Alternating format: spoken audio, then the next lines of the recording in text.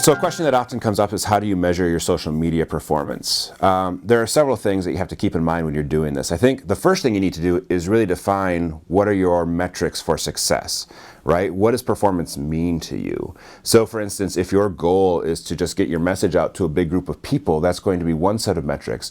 But if your goal is to increase action, or if your goal is to help promote offline activities, or to convert new people to awareness of your topic, there are multiple other ways you're going to want to collect performance metrics.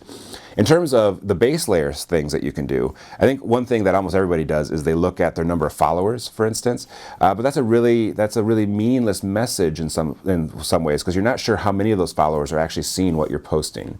Other people will use things like reposts or retweets or likes as another measure of attention, and that's fine. I think you should collect those things, but there are deeper level things you can do.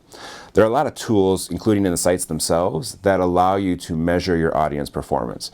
So if you have a site like Hootsuite or TweetDeck, which are kind of add-on applications where you can use social media, the thing you can do is measure your audience by using the tools that are built into those. Sites like Facebook, too, will allow you to see, for instance, how many people have read your message and what the reach of your message has been for any individual post that you have. If you want more deep performance metrics, how is this really working, especially if you're interested in offline interaction, like you're not necessarily interested in just how is the social media doing, but is it leading to your organizational goals, you're going to have to go to some pretty traditional audience analysis. So that's going to include things like focus groups, surveys. It's going to include things like going out and actually talking to the people who are part of your constituency and asking them how they're receiving social media.